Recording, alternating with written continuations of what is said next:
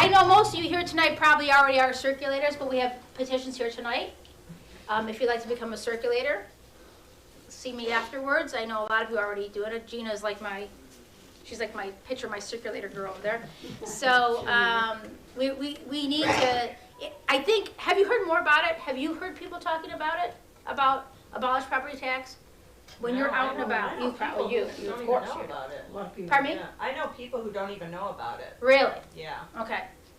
There's been a So lot I'm of like, well, Facebook okay. articles on miscellaneous Yeah. things about it, quite a few popping up. And you see Brian every now and then. Yeah. Right. And Brian couldn't be with us tonight, by the way. He just, something else popped up, so, And there've been some popping up on that Nextdoor app. yes. And Right. also, a couple weeks ago, they did a little blurb about it on Spectrum One News. Oh, really? I'm asking you a favor. Okay, I know holidays are coming. You know, you want to clear out a room, talk politics, but wouldn't be my first time. Wouldn't be my first time I cleared out a room. But the holidays are coming. I'll deliver some petitions to your house. We need to get this word out more by, grassroots. We don't have money. We need to do this. We need to do this. Keep in mind, like Brian has a very good contact at Tim Allen Jewelers and Mentor, and they set up, I was there, a table outside on a Sunday afternoon because there's Lagos Pizza in the bridal shop, and people were coming and sign the petition. If you know of anybody that's willing to put their neck out there as a business where there is actually traffic, okay? I went to a craft show, it'll remain nameless, a craft show that I went around to, and I held my clipboard, and it says, abolish property tax. Okay? Oh, boy. 25 just walking around. Whoa. Just people stopping you.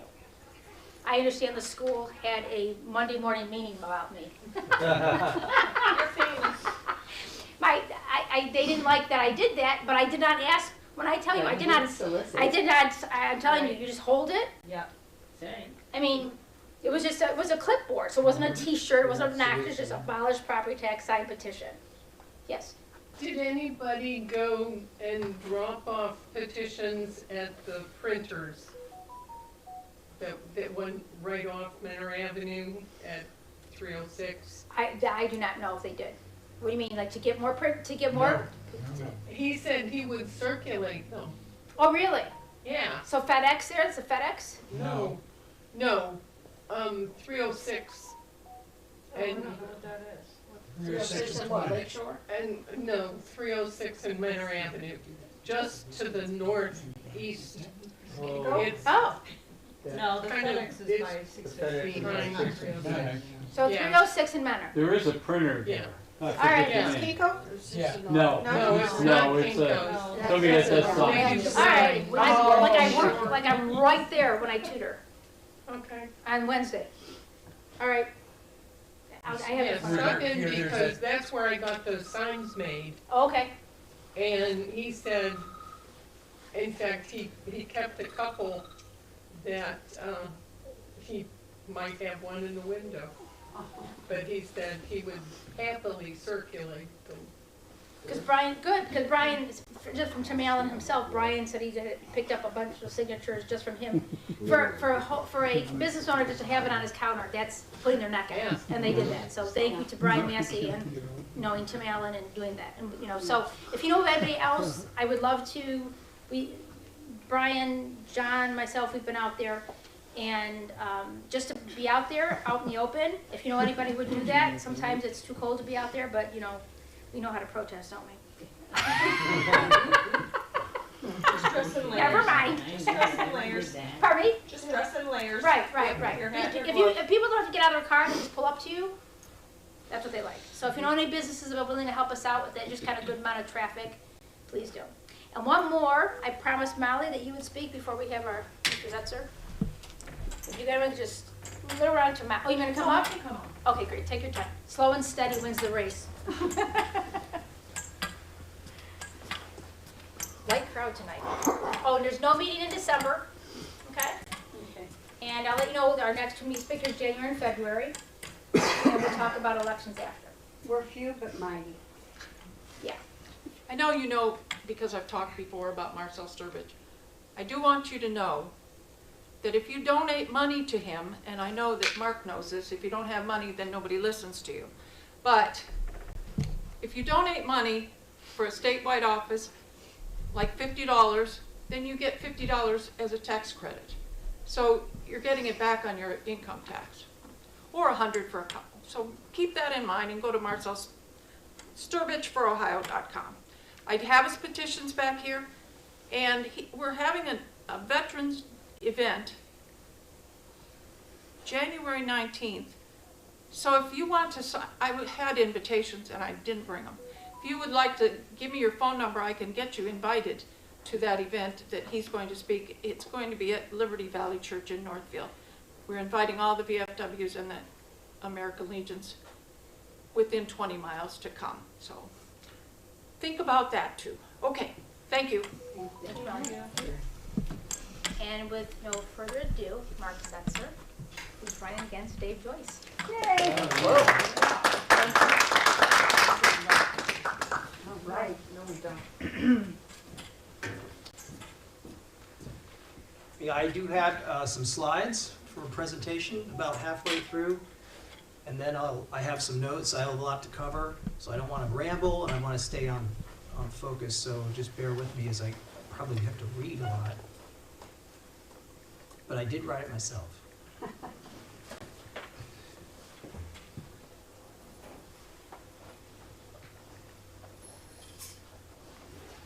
Okay, as she said, my name is Mark Setzer. I'm an America First Republican. I'm running for Congress in Ohio's 14th district to make Ohio great again. Amen. Right. I want to show you my background. I've lived in 5 states, and my experience. I've worked for 48 years, and my interpretation of events, so you know where I'm coming from. And I want to explain why I'm running, what I want to do for you in Congress, and describe how I can get elected, which I can. And then hopefully get your feedback and answer your questions. I am 62 years old, a divorced father of 2 adult children and 1 minor child. I live in Geauga County, just south of Chesterland, just not too far from here actually, 20-25 minutes down the road. I'm semi-retired, worked for 48 years, private sector, usually holding multiple jobs at once, try to make ends meet. Just going down the list, 27 years in marketing and advertising, 25 years part-time in rental property management, landscaping, 8 years land surveying and utility locating, 5 years hospitality, retail sales, 2 years seed corn detasseling. Does anybody know what that is? I grew up in Indiana, and for a 13 or 14-year-old kid, it was a real job. I worked for Pfizer Genetics. I know, I didn't know at the time. They had a seed corn division, and seed corn is they're putting corn not for feed, but they're making actual seeds to plant. So they have to pull the tassels off the male plants, walk down these rows of seed corn fields in the middle of Indiana that are like a mile long, and that's all you did. I was tall, I could do it. And they paid you $2 an hour, so. Anyway, that's one of the jobs, and I've heard they don't even allow teenagers to do it anymore. They don't allow minors. They hire migrants. They hire foreign migrants to do it. Anyway, and then I worked in agricultural chemical sales for Dow Chemical. That was my first job out of college. I have a Bachelor of Science degree in business at Indiana University. My hobbies are hosting family and friends at my riverfront property in Novelty. That's my backyard there. I like to volunteer for my community in any way I can. Also, when I was a parent, I was very active volunteering for my kids and their groups and activities. Taking photos and videos. Again, I was in marketing and advertising, exploring family genealogy and local history. I'm part of a local group because there's an old railroad that runs back there. An old electric railroad that runs back there behind my house, the C&E, Cleveland and Eastern Railroad. And we do hikes and exploration back there. And of course, that's me doing air guitar karaoke performance. I kind of just do that for fun. I've kind of hidden some of the videos right now.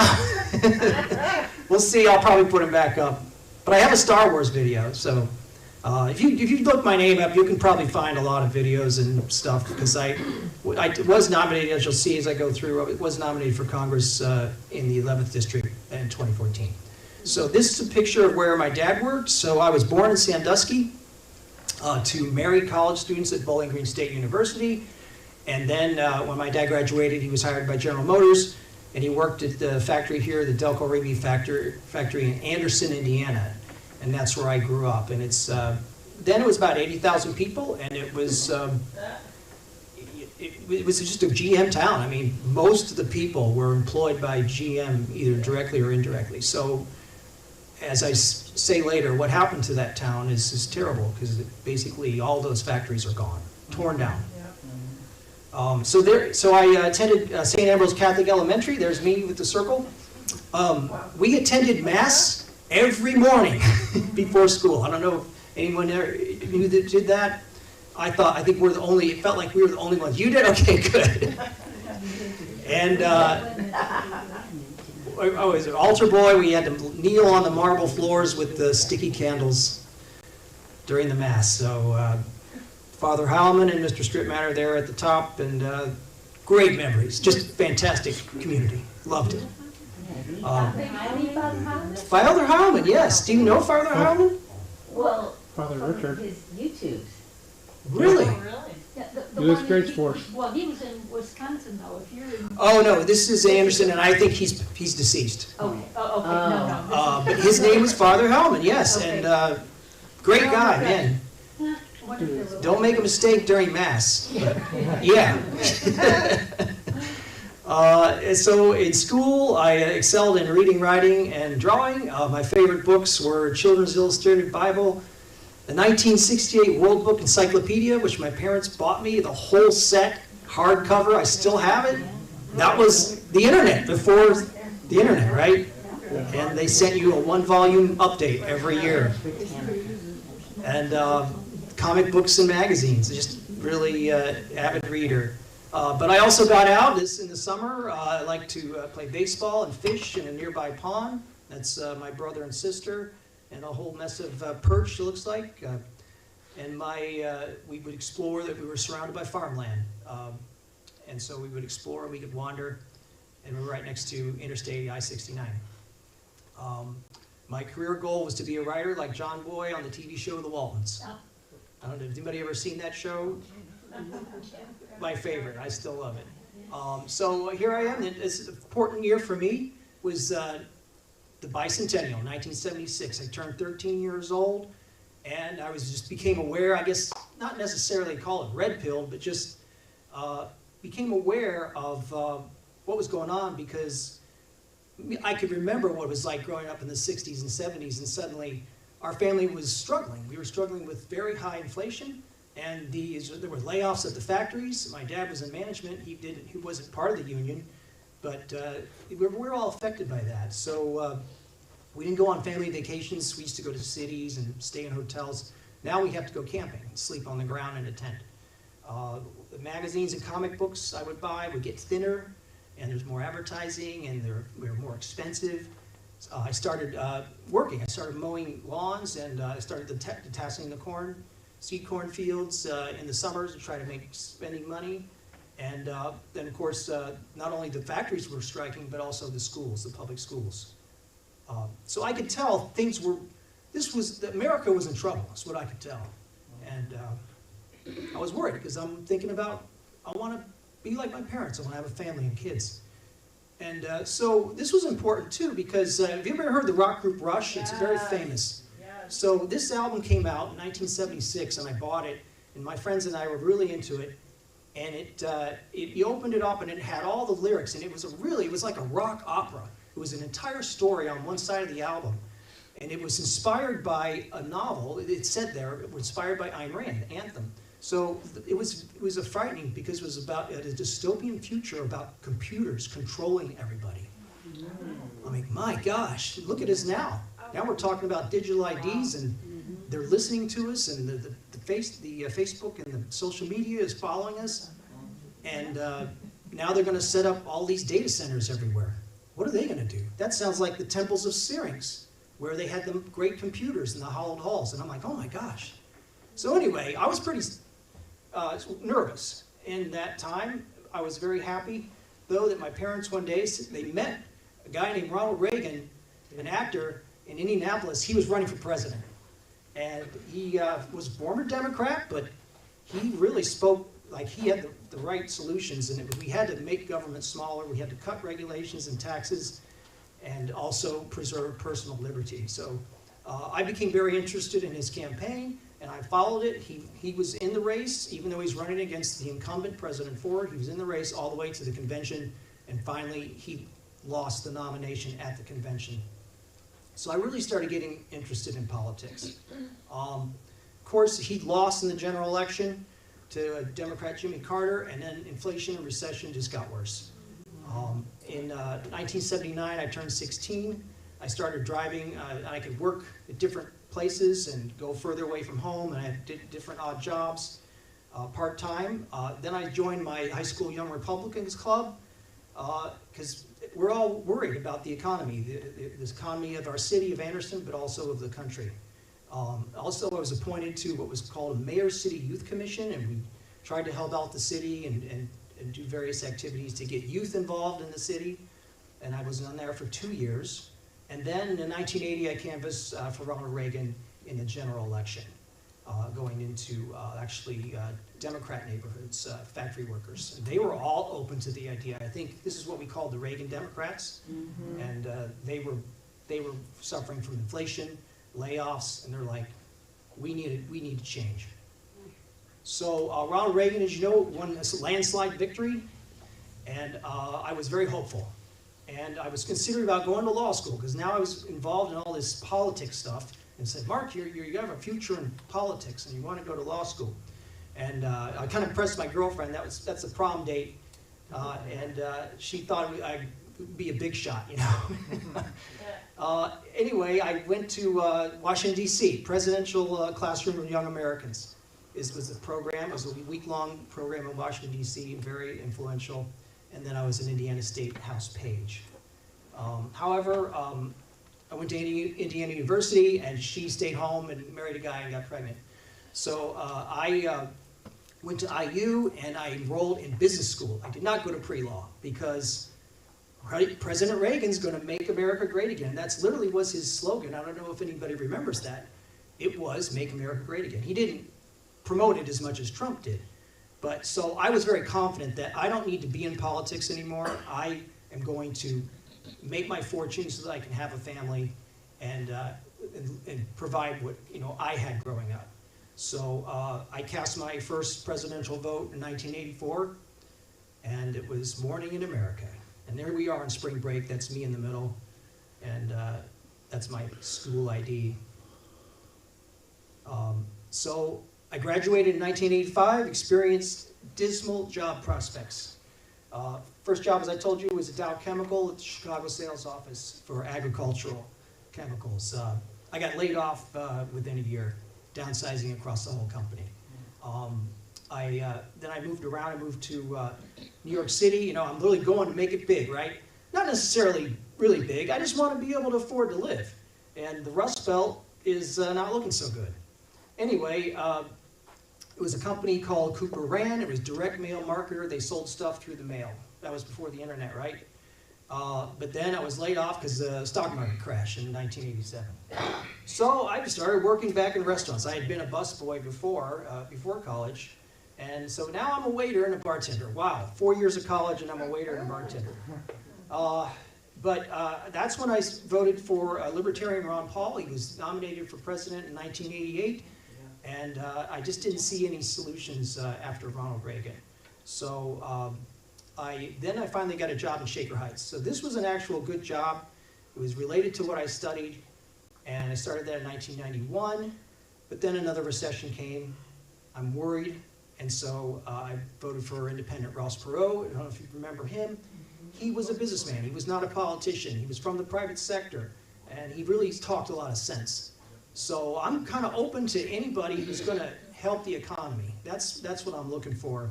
And unfortunately, it wasn't always the Republican candidate. So I dodged the layoffs at Fredonia. Republicans won control of Congress in 1994 with Newt Gingrich's Contract with America. What a great disciplined group that was in Congress in those days, because things really got good. I met a Catholic girl at the office. We got married in 95. We had our first child in 98, and we bought this house in Shaker Heights. It's a double, 2-course brick all the way around, and we rented out the bottom. We lived upstairs. We both worked. We could kind of afford to live, you know.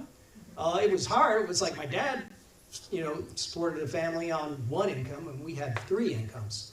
But we felt confident, and we felt that we would have more children because we had more room in the house. So our second child was born in 2000, but that's my ex-wife there and my 2 oldest children. But inflation returned, of course, after 9/11 and the war, and by then we were paying Catholic school tuition in addition to the property taxes for the public schools. So it was tight, and so we put off having any more kids. Then we survived that. There was a housing bubble. Our property doubled in value during this time, but then there was the crash of 08. Ron Paul, who I voted for previously, now was running as a Republican. And what this did is he was able to get on the debate stage, on mainstream media. People were actually listening to what he was saying about ending foreign wars, sound money to end inflation. So this was very promising, even though he didn't win the nomination. But I'm back in the Republican Party, which was good. Unfortunately, my wife's business collapsed. She was interior designer, so we lost her income that fall. Then our third child was born in 2009, and we qualified for the earned income tax. That's my 2 older children and my newborn son, who's now 16. I couldn't believe that we were on the earned income tax credit. Does anybody know what that is? Yes. I thought that was for poor people. And here we were, both educated adults, experienced, frugal, like we didn't waste money, and we're like on public assistance. This is really weird. Is this what Obama was talking about when he wanted to fundamentally change the country? Yeah. It was really scary. I didn't want to take it, but we had to. But then a ray of light, the Tea Party rose. Remember, we were proposing the bailouts, the bank bailouts, the car company bailouts, corporate bailouts, and socialized healthcare. So I was like, finally, there's an uprising, there's a grassroots uprising. This was very promising. And then, of course, Republicans from the Tea Party movement took over the House in 2010. So this is promising. And this is when I got started in politics, again, after being involved in as a teenager. And so in 2012, I started the Shaker Heights Taxpayers Union. And I organized a local tax hike. I was in opposition to a local tax hike because the economy was really sluggish. And so I was a graphic artist, so I designed a logo. As you can see at the bottom there, the 4 leaves, that's the logo of the city of Shaker Heights. So what I did is said, well, the city of Shaker Heights really, it's about money, it's not about leaves. And so that was our logo. And boy, they didn't like that. They immediately threatened to sue us. They said, you have to stop using the logo, or, you know, they sent a cease and desist order, and I was like, whoa, I don't know if I'm ready for this. But we got a pro bono lawyer from the 1851 Center for Constitutional Law, Maurice Thompson, represented us, and we sued the city, actually, because they were trying to silence our free speech. We had a right to make a parody of their logo, and we won in court. However, the income tax levy still passed because it was a special election in August. It's such dirty tricks. So anyway, I'd become a leader. Mainly, most of my followers and supporters were actually Democrats, of course, because it's Shaker Heights. But they're still paying taxes and paying bills and have families, and they're concerned about waste. So that was what drove my campaign. And then the mayor, I was endorsed by the Cuyahoga County Republican Party, and then the mayor ran 2. Usually, if you have 3 openings, you'll get 3 candidates, because you have to get, it's at large, so you have to get 250 signatures across the whole city. So the mayor ran 2 people, funded them, so then you had 5 people running for 3, and so I couldn't make it as the one conservative. So I didn't get elected. But I was now involved with the Cuyahoga County Republicans, and I found out that fall that they don't have a candidate for Congress against Marcia Fudge. And I'm like, why not? The city needs, the cities need Republican solutions more than anybody. So you're just going to abandon and wipe out, write off the cities. I didn't like that. I said, I live in the city, or I live in this district, I'll run. So I did. I filed to run in the vacant race. I went to CPAC, and that's where I met Rand Paul, Senator Rand Paul, the son of Ron Paul. And he has the Republican Liberty Caucus, and they endorsed me. And then, of course, I won the primary unopposed, but I was endorsed by the county and the state GOP. So this is, and I wasn't just a name on the ballot. I actually promoted free market solutions to urban decay in the Cleveland and Akron areas. Was invited to a lot of places. I went almost everywhere I could. I'm still working 2 jobs, and I have 3 kids. Wow. And a working wife, so it was hard, but I felt like it was important. I debated the Congresswoman, the Democrat Marcia Fudge, the incumbent at the Plain Dealer editorial board, and that was, they didn't videotape that, interestingly enough, and I found out why, because she broke out in a sweat on her forehead because she's never been challenged. And we were running circles around her. I was. Yeah. But it was 3 against 1. We all found out that we're all from Shaker Heights. The two editorial board review people, and then Marcia Fudge and me. We're all from Shaker Heights. And then after the tape recorder went on, it was 3 against 1. Anyway, so then Marcia Fudge announced she's not going to debate me at the City Club. She speaks at the City Club all the time. Is anyone familiar with the City Club in Cleveland? Right. And so they said, well, Mark, if she drops out, you get the whole hour free yourself. So I was like, great, what a great opportunity. So I spoke for a half hour, and then I had a half-hour question and answer, and that is also audio, not video. But I do believe all these files are still available. I should probably download them and save them. And I knew that I wasn't going to win, but I wanted to lay the groundwork for future challengers so that we don't have vacant seats. So it was a volunteer work. So anyway, 2015, I found the Republican Liberty Caucus of Ohio. I helped found it. So there's the founding board group there, and that was the first convention that they had in Medina. And sitting next to me is my lawyer and fellow congressional candidate, Matt Lynch, who challenged Dave Joyce then in 2014 as well as 2016, but did not win. But he could have won. He actually had a serious campaign, but we were both candidates in that primary. So unfortunately, by then, I had separated from my wife, who was a Democrat, and I moved to Geauga County. I then endorsed Beverly Goldstein, Republican, for Congress in Ohio 11. So then I was going to, Rand Paul was actually running for president, and I was following him, I was going to support him. Then Rand Paul dropped out, and this moment happened. I don't know if you remember, if anybody saw this, when Donald Trump scolded Jeb Bush for the Iraq War, for his brother's, the Iraq War was a mistake. And that just blew my mind because he did it in a way that Ron Paul or Rand Paul wouldn't have said it. They were a little bit more gentlemanly like, but Donald Trump was in his face. And it just blew my mind. I'm like, finally, after 15 years, somebody's going to say, hey, we shouldn't be doing all these wars, these endless wars. So I was like, boom, I am a MAGA guy, full throttle, and I was promoting Trump anywhere I can. I was going to rallies and volunteered at the convention, and unfortunately, I think I may have gotten fired because of that, because I lost my job. My wife finalized the divorce, I lost my house, and I'm like, is this what it means to be canceled? I don't know. I think so.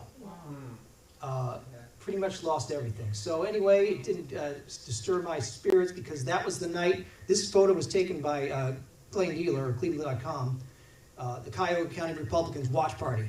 And that was the moment when Trump won Ohio. Yes. Because when Trump won Ohio, he was going to win the election back then in 2016. So that was just triumphant. It was totally triumphant, and I think it was Northeast Ohio then that won Ohio. The activities of everybody up here in Cleveland and Northeast Ohio. So this was great, and I felt like maybe the conservative grassroots was becoming mainstream. That was very important to me because it wasn't going to be about the old country club Republicans who just kind of take care of themselves. This was going to be about the people, we the people, everybody, not just Republicans. So I had no job, right? So I had to start a whole new career.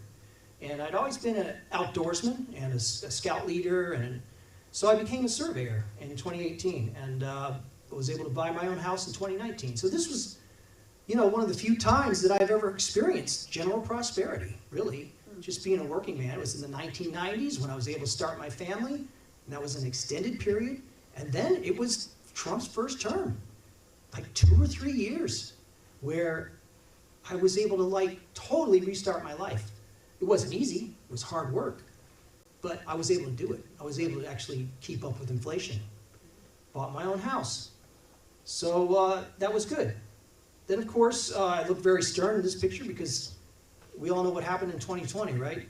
I call it the COVID insurrection. Some people don't agree with me. I think the whole thing was to steal an election. Yep. And I was censored on free speech. I was basically knocked off of Facebook and kind of stayed away from it at that point. But now I'm working overtime throughout the state. I worked in 21 different counties in basically East Ohio, from like Lake Erie to the Ohio River to like Newark County, just east there of Columbus. So I'm working, I'm living in hotels, and I'm very concerned about my children and what they're gonna be forced to do. They were out of school for a while. Then my son went back because it was Catholic school, one of the only schools that were in, but they're all masked and they're sitting inside boxes, and I was just really frightened by that. And I got to the point where they said, if you keep harassing the principal and the teachers, we're going to kick your kid out of the school. And I just said, just don't jab him, you know? And I had to fight with his mother as well about that. Just people who are quickly brainwashed because she's a good mother and she should have known better. But it's just the propaganda got to her. So anyway, everybody's safe except for my daughter. She volunteered to get jabbed because she was going to university, Johns Hopkins University, which is the medical belly of the beast, right? But anyway, she seems healthy. She never got sick or anything. But then as this Biden regime goes on with the inflation, I could see what was going on with the invasion of migrants and the invasion of illegals. And I'm like, oh, I get it now. COVID was how they stole 2020 and changed all the election laws and printed all the ballots. Now they're going to have illegals, give them all social security numbers and have them vote. And I'm like, this has to stop. And but I'm working overtime. And so anyway, I quit that job and I got a job closer to home. I want to be there for what's going to happen and maybe try to stop it. And that's when I did actually file to run against Dave Joyce in late 2023, in December. And because I said, you're going to be off this winter, I'm going to have 3 months off. Primaries in March, that's perfect enough time. But then they said, Mark, I got to call you back, and then so I withdrew. And if anyone signed my petition, thank you. This time or that time, I really appreciate that. So here it is, 2025. I'm injured on the job. Workers' compensation denied my claim. So I just quit. I quit in July after recovering from surgery, and then announced my campaign for Ohio 14. And now I'm semi-retired and I have the time to do it. So I worked in media, so I did this video. Has anybody seen my video on the beach? I'm going to play it for you now, because it really is very symbolic of what I think we're going through in this district and also in the country. And I put a lot of time and effort into it, and it's, I'll go over it, because I fire off I call them my rhetorical cannonballs of truth and reason, which is like my platform. So let me play that for you now, and let me know what you think, and then we'll go to the second half of my presentation.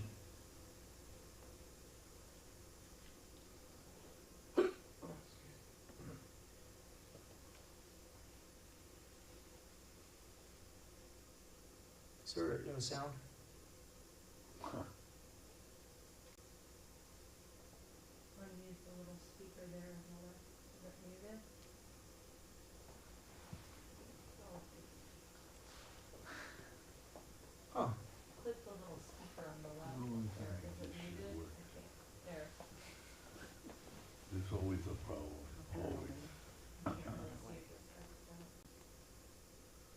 that's on.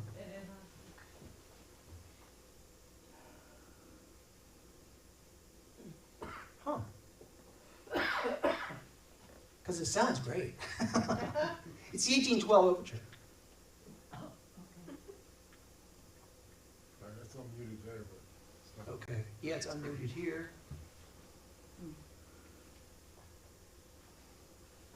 But it's showing, when I put the sound on, it says, The value, Try the fire. stop starting your Bluetooth maybe the Bluetooth. Oh. could have something. turn off the Bluetooth, right. Turn it off and then turn it back on. Right, I think I got an app just like that and I have that problem. Okay. I don't know why.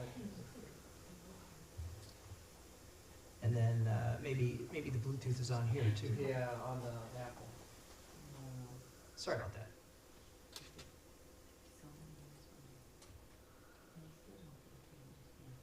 Let's see, how's that 1812 over to that? Put me on it.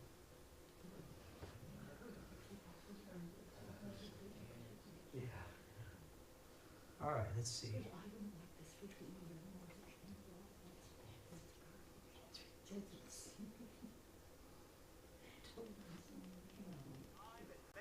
There's something. Across Lake Erie is Canada. Huh, it's on your phone. Go, stay up there by the microphone. 14th congressional district. Play Play it. the mic. Just play the video. Okay. This day, when the American Navy defeated and captured the British fleet in the Battle of Lake Erie. Nearby town of Perry, Ohio, is named You can hear it, right? No, put it by the microphone. Perry, who led the American sailors to victory. Their courage and sacrifice can inspire us Oh, today. sick one. The feds in Washington, D.C. tax and control nearly everything we do. And American families, like mine, can barely get by.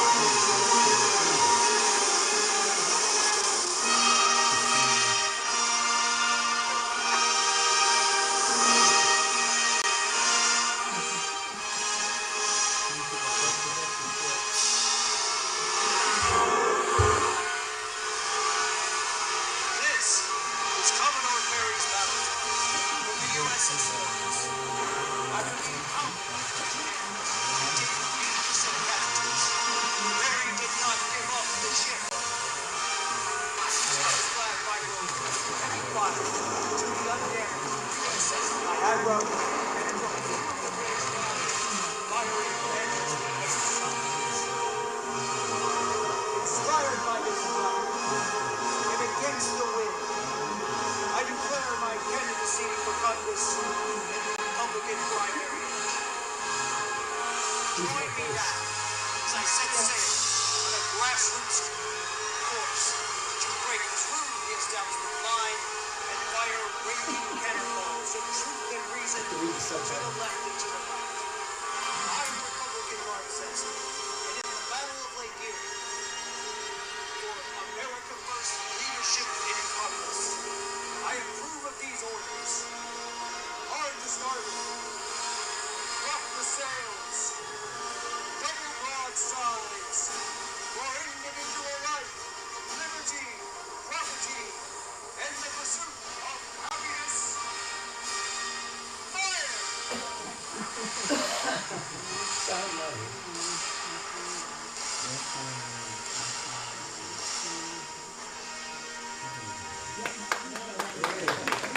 Great. Thank you. So, I can't shut it off. it's really great when you have bass because those cannonballs really hit you in the gut. They're all over the place. So, and that's why I use that as a metaphor for my platform. Because, you know, there's the pillars of, everybody familiar with like the pillars of MAGA, the 5 pillars of MAGA? They are, they're very similar to these, basically the planks. So Donald Trump talked about this, America first, right? Secure borders, no more endless wars, real jobs, not globalization, and free speech. So my platform is similar, and I wanted to really give it punch, and we'll have to figure it. But you can go and watch it and get the headphones and get the full effect.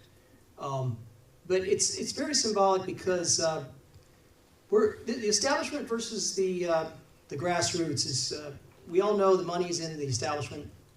They kind of keep the grassroots out, and so it is going to be a battle. And this is like, if you're familiar with the Battle of Lake Erie, Commodore Perry was his flagship was completely pummeled into a wreck, and he could have just taken. He got on the rowboat, went to the other ship that hadn't been damaged. He could have just taken off and retreated, but he didn't. He took that ship that hadn't been damaged, and they all sailed in and then crossed the British line. It's called crossing the T, which is a very rare and very strategic move in naval battle.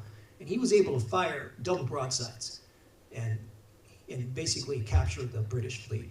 And I don't know if that's ever happened too much in all of history, that you captured a British fleet. So anyway, it's very important that you don't want to give up, and this is why this flag, it's kind of like Don't Tread on Me. It's kind of like the Don't Tread on Me flag, but of the War of 1812, and that was a very important war because the British also invaded. They burned our capital. We almost lost our country in that battle, in that war.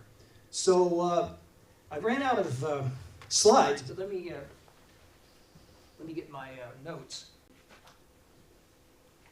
I was going to be on the 20th, I think Thursday, and Brian said, "Oh, I need you to move it up to Monday," and I was like, "Okay, yeah, I can do it." But I didn't. I didn't finish the slides. So I'm going to definitely finish this presentation because I'll be doing this throughout the 6 counties, and also I'll have it online when it's finished.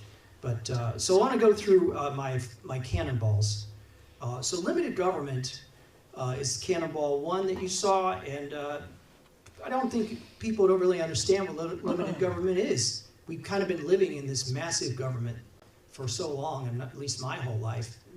And with the reason why it's grown, and Ron Paul talked about this, is the concept of prior restraint, that the idea that a bureaucracy has the power to basically prevent you from doing anything until you get permission. In other words, it's prior restraint. They're holding you back. You can't produce anything until you get permission. You consult the bureaucracy, go through the red tape, and the cost of compliance is just strangling our whole economy. I was watching Tom Z this weekend, and he read an article that the cost of new housing is literally almost a quarter of the cost of new housing is compliance with laws, regulations. Some of them are local, probably most of them, but still, where's the great cities being built today and the great wonders of the world? They're not being built in the United States. They're being built in Asia, they're being built in Dubai, and all these other cities that the government isn't holding people back. And so prior restraint is, if you look at every agency and every department in the federal government, they're all controlling. If the government doesn't own the business, they control the business. And this is basically the Soviet Union. I mean, that's what we've become. That's why we're so sluggish, and we don't have rapid growth. And so, for example, say every 4 years, you'll get a Republican presidential debate, and they'll go off on a list. Hey, one of the questions would be, what would be your departments you would get rid of? And that's like a running joke. Every 4 years, they'll say the same level of departments. Yeah, we want to get rid of Department of Education, Department of Transportation, Department of Commerce, Department of Labor, Department of Energy, and you hear this over and over again, and nothing happens. But finally, I think President Trump got rid of the Department of Education. I don't know. Also, Housing and Urban Development, which my former opponent, Marcia Fudge, heads. I think that's being dismantled. But really, we need a wholesale dismantling of these federal bureaucracies, because we still have the state federal bureaucracy, and the localities and the counties, and things like NOACA. So it's not like it's not going to be unregulated, but at least we have more, it's a little bit more local. But say, so what if they got rid of transportation? Like, why is the government running airports? Right. Look at airports. I don't even want to fly anymore. It's just an awful experience. It's just awful. They cram me in these, you know, I'm not a big guy and I can't even fit in these seats anymore. And trying to go through the demeaning, you know, you're considered to be a terrorist, and you know, I have no record. Why am I being searched every time? And it's just not run well. Same with interstates, same with roads. Why is it that, you know, what's the top speed on your car? Mine says 120 miles an hour, and I have a Hummer. It's like, where can you ever drive that fast, and where can you ever drive that fast safely? I mean, I understand when the interstates were built in the 1950s and 1970s, that, you know, those were the top speeds, but this is the 21st century. Why can't we drive 100 miles an hour? Why can't we drive 150 miles an hour safely? The government isn't going to build roads like that. They're just trying to maintain what was built, you know, in the 1950s. So private sector could build it, and they would charge a toll, and that's how you develop innovation. That's how the country was built. The country was built by the private sector. Railroads, canals, bridges, because they made money. They could make money. So I used to live in New York City, believe it or not, and people think that the New York City subway is pretty amazing, actually. Like, I didn't need a car. You could go down there and zip up and down underground, and they carved it out of granite, solid granite, and it was built by the private sector. And it wasn't until the 1940s. 1940s is when most of the railroads went out of business because people were driving. And but then in most cities, the cities then took them over and made them public, and the taxpayer subsidizes the trains. And you know, that poor woman was stabbed to death on a train. I don't feel safe riding in trains. I don't think anybody would. You don't know what's going on. But the private sector can do everything that the government kind of has seized. And they say it's a monopoly, it's a natural monopoly. No, it isn't. I've worked on pipelines. I've located pipelines on the side of the roads. Have you ever seen people walking on the side of the road in safety yellow and they're going like this? That's what I did. And I could literally, I knew where there would be two competing gas companies buried on the side of the road. I'm like, that's not a monopoly. Anybody can put a pipeline here. As long as you're not on top of it, you can put another one. There's plenty of room.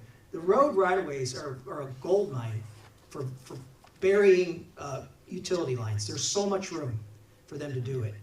And they keep it's safe, it's out of the way of the wind, and there's no utility poles that get hit.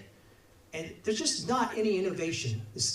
Like, if this was in place when our country was formed, we would not have a country. It never would have been built. So we have to free this up. The prior restraint in having the bureaucracy is kind of what's choking us. And it's the concept of living in government that just doesn't exist. That's what I would push. And just, even though I'm just one vote, I would introduce bills and promote bills that could do that. It's a revolutionary change, but we have to start somewhere. Taxes, somebody once said at a meeting recently that I've been to, because I've been to like 5 counties, they said taxes are the cost of civilization. Has anybody, you ever heard that phrase? Or the taxes are the price of civilization. And I didn't interject because that wasn't my fundraiser, but I wanted to, because taxes are actually the destruction of civilization. They're seizing your property and seizing your money. They're committing crimes. They're stealing your money. So that breaks down civilization, because do you trust somebody who's stealing from you? Look what they do. Look how they spend it. I don't like how they spend it. So again, it breaks down civilization. It's very simple what the role of government should be. It's in the preamble, I believe, the Constitution. Provide for the common defense, promote the general welfare, and that should be measured objectively. Secure the blessings of liberty, which are abundance, human flourishing, baby boom. That's what they should be protecting.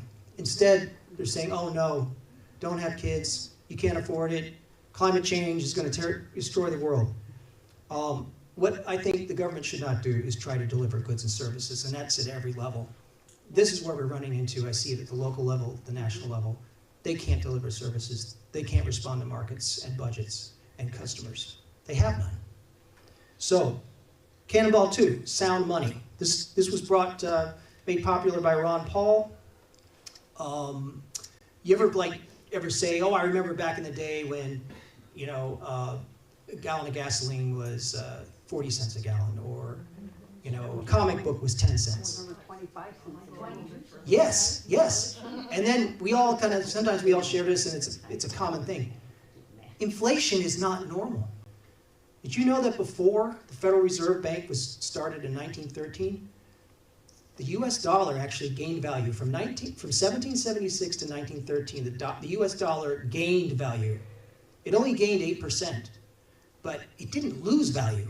I mean, think about how much just the dollar has lost just since like 2019. I mean, look at this. Look at the level of inflation. My experience since then is worse inflation than it was in the 1970s. And I don't think they, so there's another group, the Department of Commerce, and they put out inflation numbers and unemployment numbers. They're so off. They're so useless. And they cost money. They're not giving us accurate data. So I want also the concept of money. So people think, oh, time is money. I've heard that phrase. But actually, it's the reverse. Money is time. Like, time is the precious resource. Everyone is limited by time on earth. So the money actually banks your time. So you trade your time to an employer, and you give your effort and your skills, and that time is lost. But what you got is you got money for that. So that, in a sense, then you can take that money, so when you're not working, and you can help your time that you're not working. So you're banking your time. And some people have said, actually politicians mainly say that, money is the root of all evil. Actually, no. It's the love of money is the root of all evil, right? But money itself is the root of all good, because it is your life. It's literally a slice of your life and a slice of your time that you can never recover. So money is very important. And if it's being devalued, that is a crime. And I think in some localities, at some point in the United States, counterfeiting was punishable by death. And that's exactly what the Federal Reserve is doing. So I don't trust, I think especially, so money has two functions. It's an exchange of value, but it's also a store of value. So we have this crypto, or we don't call it digital currencies, digital dollars. That really seems to be good use of exchange. Like, oh, I can use digitals and it's on my phone anyway. But then you didn't have to store your money in digital. You could store it in something else. You could store it in precious metals. You could store it in other currencies. You could store it in other cryptocurrencies. So I think we're in a position now where we could really replace all fiat currencies. And these they can't be inflated. They're automated to not inflate and lose value. Because then people would switch. You could switch to any one that you think is working for you. And so that's the concept of sound money. It would also save the dollar in a sense, because the dollar would have to become honest, or it would have to go away. Because I don't want to lose the dollar. I'm very tied to the dollar. I've used it my whole life. I don't want the dollar to be destroyed. And I don't think President Trump does either. So this kind of competition would make the dollar strong again, because the federal government, or actually it's the Congress is supposed to mint money, not the Federal Reserve. That's in the Constitution. They would keep it honest, and they would keep it from being devalued. So that's pillar number 2. Or I'm sorry, cannonball. Cannonball number 3, of course, is no foreign wars.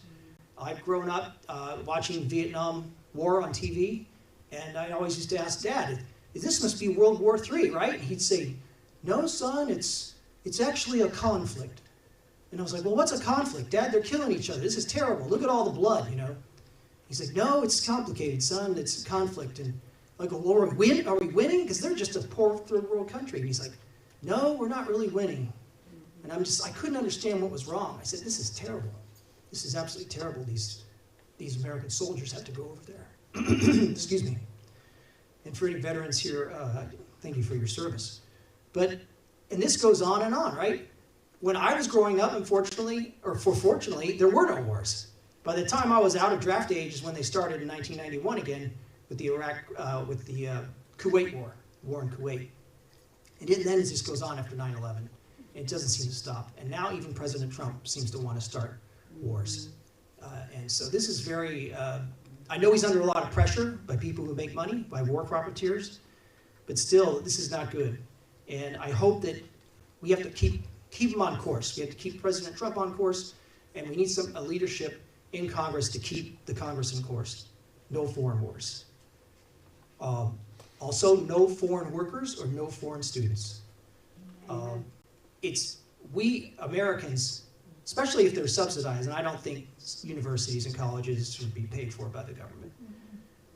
But those slots are for Americans, and every job is for an American. I started, like I said, I was doing detasseling field work. I felt like it was, this must have been what picking cotton was like, because I'm in the hot sun all day, working in the fields, pulling the tassels off the corn, and man, it was hot and humid in central Indiana, and this is pretty hard work.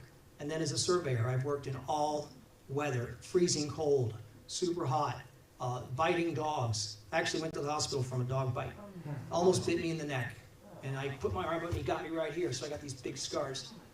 But anyway, I can do pretty much any job. And I was never a soldier in the military, but I imagine it must be pretty hard. Construction work is pretty hard. I've done that. But every American should have a chance to get a job. I can't find one right now. I don't want to go back and get injured and do that kind of work again. I've been doing physical labor for 8 years. 62 years old. I kind of want to do maybe a desk job again. But what I did is now they're either outsourcing it to India or they shipped in Indians to do the work here. And so that's just my observation, but I don't think I can get work in that field anymore. And plus they can pay them a lot less. So this is just terrible. And it's nothing against foreigners. Hey, you can apply for immigration, right? We have legal immigration in America. Apply, and if you want to work here and you want to go to school here, you can do it. It's not like we keep people out. So that's another cannonball. Another thing is no loose criminals. This idea of no bail and early release of violent people, we've seen the results of that. It's just terrible. And that's one of the basic jobs of government is to protect you, provide security. And they can't even do that. Of course, we know what's going on. These are socialist and Marxist activists who have infiltrated into the government, who are doing this on purpose to cause chaos, to demoralize the population, to scare them. So this is evil. And so I would say the people that did that, the judges, the bureaucrats who let them go, they're criminals too. And we also need to arrest, these are domestic and foreign enemies of the Constitution, right? If they want to overthrow the government, they're an enemy. They have no rights. They need to be arrested and interrogated. We need to know who's funding them, who's involved. That would mean Antifa, Islamists, people who, the Intifada, or they want to take over the world. They want to put Sharia law. They want to take over Western lands, Christian lands. This is serious. And so they're considered to be enemies and criminals as well. So they have to be arrested and interrogated and deported, I would say. Why would we even keep them in a jail? Just get them out. Another is probably more mundane, and it was simply related to my opponent, as I'll talk about him in a minute. Dave Joyce, he's been accused of insider trading. Same with many people in Congress. I don't know, he hasn't been arrested, so I don't know what that means, but there is an act called the Stock Act that you're not supposed to trade in stocks when you're in Congress with certain stocks. Now I should say just don't trade in stocks at all, because you can't get away from it. It's a very bad look. So there's insider trading, tax evasion and mortgage fraud. You see these politicians, and they're all getting away with stuff. Maybe not so much anymore. The Epstein files, prostitution, gambling. How is it that they engage in all these crimes that if you and I did anything, like our lives would be ruined, our reputation would be ruined, we'd lose our jobs. Graft and bribery, seems to be widespread. Again, they talk about it, it's reported, nothing happens. Nobody's getting arrested. Nobody's getting kicked out. So that's another issue about no loose criminals. We have to have law and order, and we have to have equal protection under the law. That's very serious. 5 more minutes, Mark. Then Shoot. Then we'll start your question. I should have timed it. Yeah, then your question and answers. Yeah, okay. The other one was no public debt. That's an easy one. Debt is crowding out investment. And of course, We're at 38 trillion, going on 39 trillion. That's that. So I'll take your questions there. I apologize. I didn't finish this and I didn't time it. So yeah, let me, if anybody has any questions, I'll take them. Yes. You talked about bringing the dollar back because competing against digital currency. Okay. Can you comment about digital currency and the lack of privacy that could bring for us too? So yeah, digital currency, you can encrypt it and you can make it private and safe.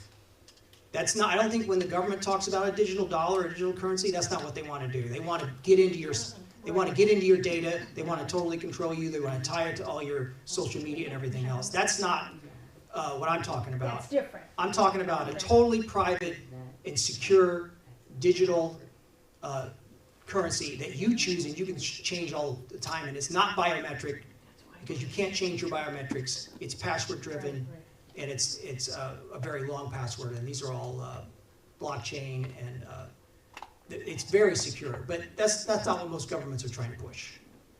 That's what President Trump is for? He seems to be for it. No, he seems to be for this, what is it called, stable dollar or stable coin?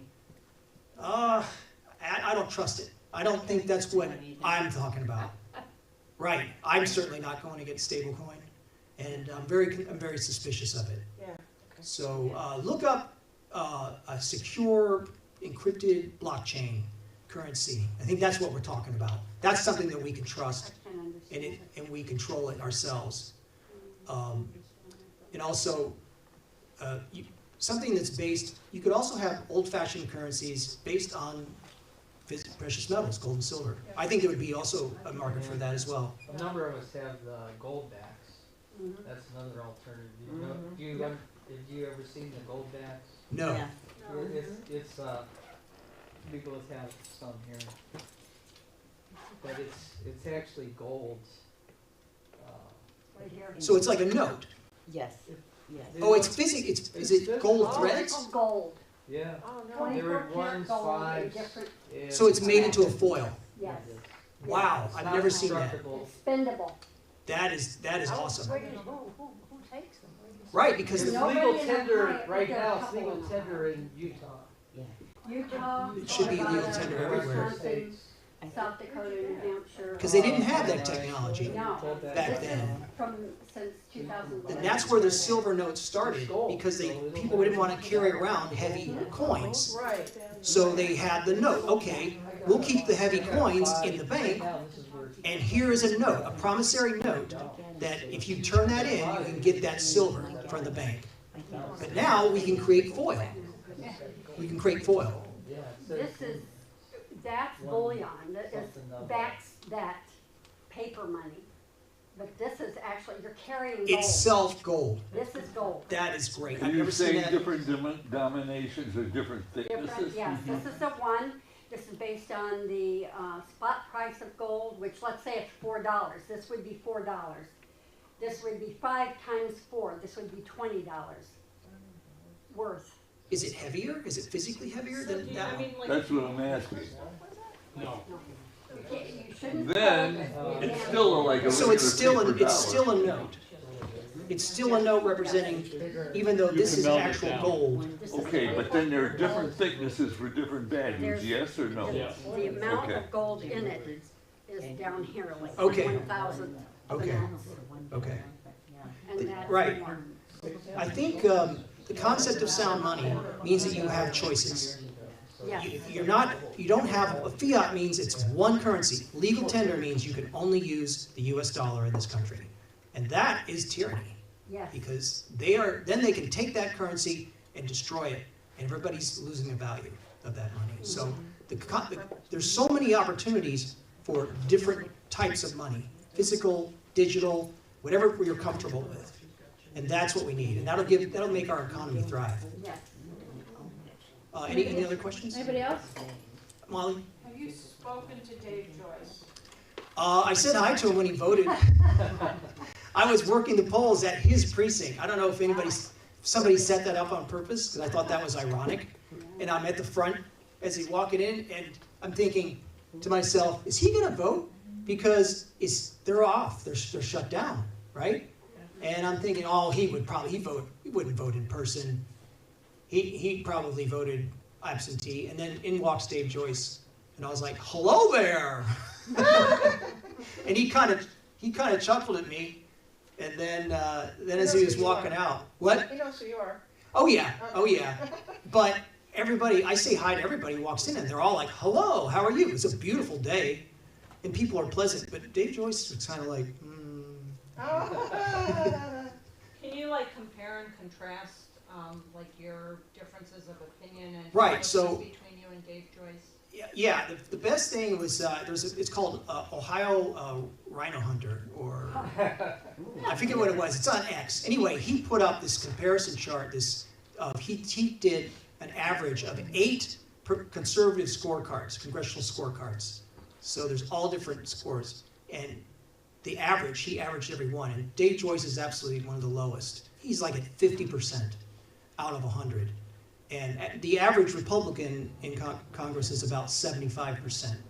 But then like Senator Bernard Marino, he's like 95%, but he's only been there a year. But I'm thinking my score would be at least average, maybe even higher. But what's more relevant is Dave Joyce actually voted against the repeal of Obamacare. He was one of the only Republicans to do that, and that was in 2017, and that's a huge vote. That's a no-brainer. Yeah. I mean, I would have, no, definitely get rid of Obamacare. And all the other regulations of the healthcare industry. Yeah. There was some that were even there before that led up to being unaffordable in 2009. Now it's even more unaffordable. Yeah.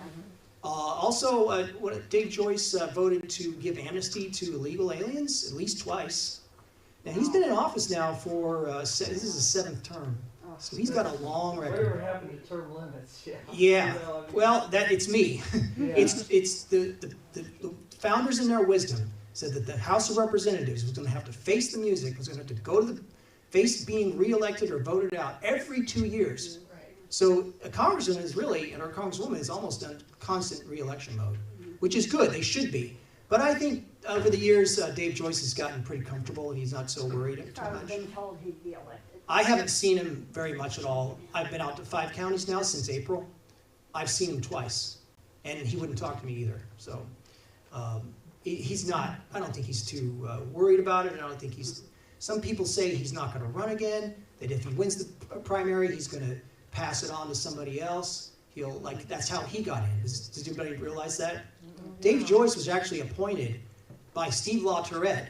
After Steve LaTourette won the primary in spring in 2012, then he said, oh, I'm retiring in the summer, he said that. And then I think it was either the Ohio Republican Party or maybe it was the, I don't know who, but they appointed Dave Joyce because he was prosecutor, Geauga County prosecutor. So he never even had to run as a challenger. So I think he's going to do that again. Some people have told me that, and that the current Geauga County prosecutor, Jim Flays, would be the one he would anoint. Yeah. But who knows? There's just rumors. So that's why I got in early this time, and I'm gonna make a go of it. Win the primary. Yes, I can win, but I need to raise some money. So Mark Zetzer for Congress.com. Back to your first cannonball, limited government. Are you familiar with ISO 9000? Is that a bill? It's a regulation that businesses have to conform to. It came from Europe. I worked for a large computer Or like company, the protocols. and like the they standard brought in operating ISO 9000 and nearly destroyed. It's a scientific our company. standard for businesses, machine manufacturers normally, for a higher grade rating. But that's all I know about it basically. And if you're an international competitor, you have to conform with that. Most big So it's like companies will not. Europe was putting an anchor around our neck to, when you talk about red tape and so forth, it was a huge anchor just dragging us down so the Europeans can compete against us because we're outperforming. You know. Is it a government regulation? They're into your accounting, They're into every part of your business. It comes from Europe? Is it a government agency? It came from Ireland. Is it like United Nations or? I think it's like what they had ISO, when we were working at a company that it was ISO 2000 or some kind of crazy names where you had to have, what you did is you had all your departments and everything had all their policies and procedures laid out, and you had to follow them. Yeah. It wasn't anything that the government had to do with, but they kind of, you set up your own, and they would come in and they would rate you if you were following your own policies, which was It's the a dumbest huge thing I've ever seen. Anchor around your neck, and I don't know, just beware of it. Because what I would favor is all these regulations could really be run in the private sector through industry associations. And they're voluntary, it doesn't cost taxpayers anything to administer, and the industries and the economy, they set their own standards, and you can obviously meet and decide on your own whether or not you want to follow it or not. There's no governing body other than their own association. The ISO 2000 affected the companies that you could do business for.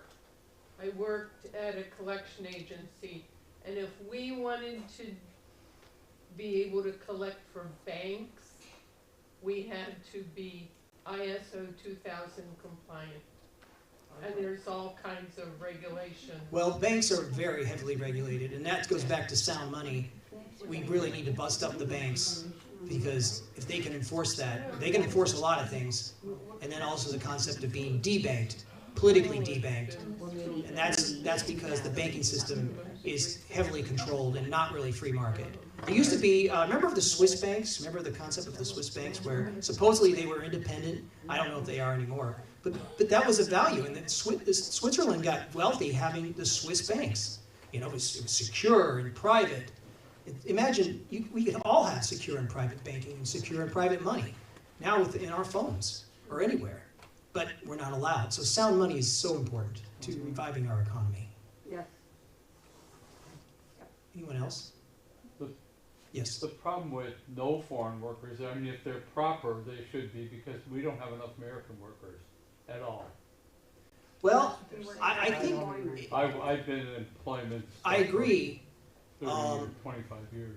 Except that there's also a lot of Americans who are paid not to work. They're able-bodied, they're on Well, that's welfare. the problem. So that would obviously be part of it.